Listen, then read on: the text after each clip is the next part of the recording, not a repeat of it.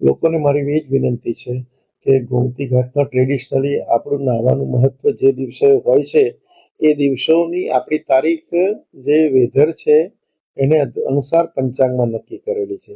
આપણે બીજા દિવસોમાં નાહવા જઈએ ત્યારે આ તો દરિયો છે, ભરતી સ્થિર પાણી નથી, ભરતી ઓટનો સમય અને વેધરની કન્ડિશન જોઈ અને જ આપણે સલામત જગ્યાઓ જે છે આગળના ઘાટ જે છે નાના એ ઘાટ ઉપર જ આપણે પગ પલાળવા અથવા તો નાહવા માટે સ્નાન કરવા માટે જાય. અને જેમ જેમ આગળ સંગમનું સ્થળ આવે છે ત્યાં ઘાટ પણ ઊંચા છે, દરિયો પણ ડીપ છે.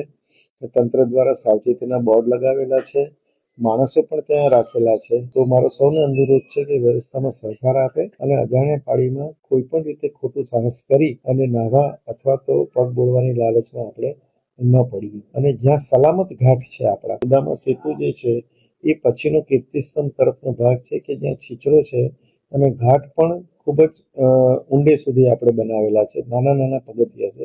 એ બાજુ રહી અને લોકો સ્નાન કરે એવી સૌને વિનંતી.